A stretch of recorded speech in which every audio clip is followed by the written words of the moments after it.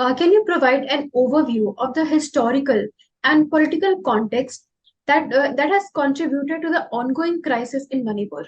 Historically, Manipur became a full-fledged political community after independence, in the sense that a democratic republic was established in 1948, and India took over Manipur in 1949.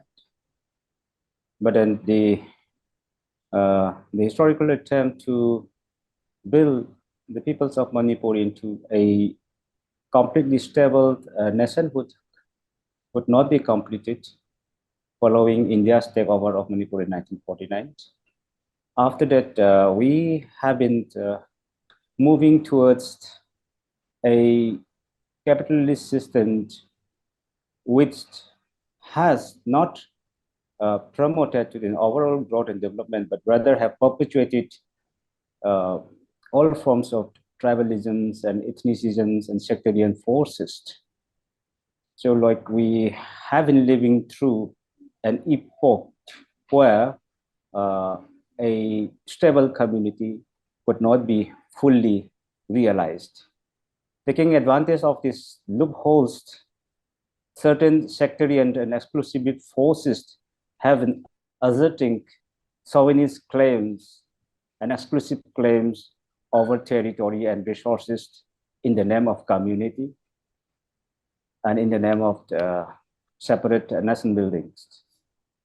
Like the recent crisis follows the same tracks that have been consciously designed and orchestrated by certain sectarian forces to create divisions among peoples along ethnic lines. What are the key underlying factors that have led to the conflict and tension in the region?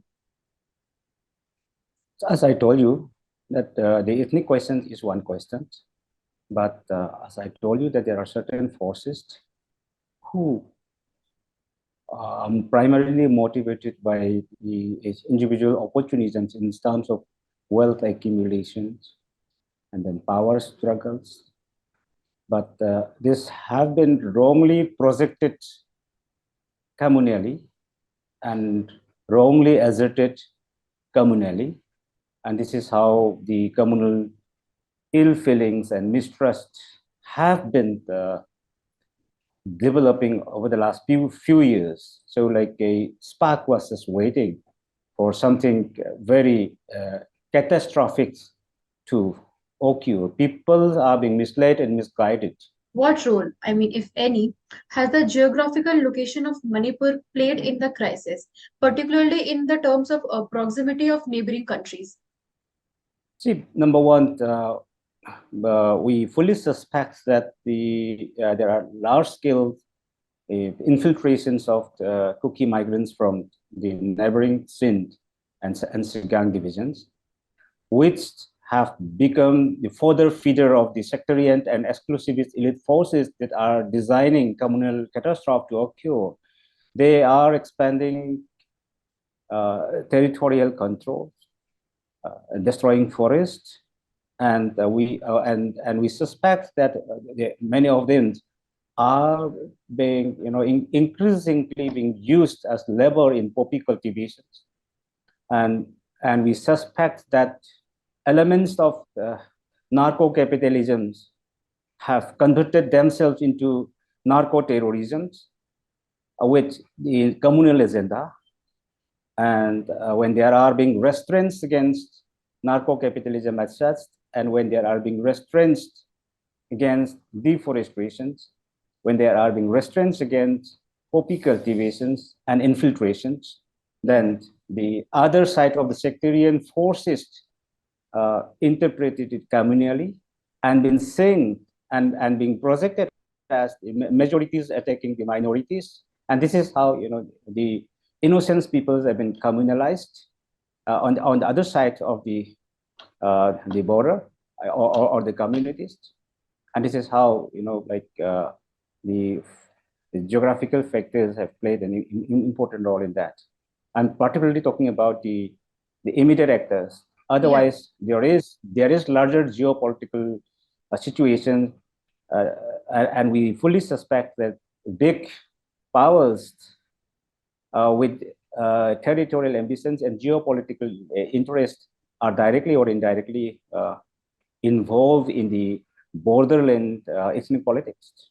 Are there any efforts or initiatives, either by the government or the civil societies, that have been successful in mitigating the crisis in Manipur? You see, when you're talking about the state as an institution, government of India would definitely say that they are looking into the situations, deploying armed forces and trying to control the situations, and, or overt and covert the negotiation with different sectors. They will obviously say that. And they will also say that they have already instituted a fact-finding commissions or inquiry commissions or whatever it is. They will not deny the role. And they have also even announced certain economic packages for the relief and rehabilitation. Likewise, government of Manipur would also definitely say that they are trying their best. And they will also say that they are trying to construct rehabilitation centers and etc. and etc. They will also say that they have attempted to constitute a peace committee, right?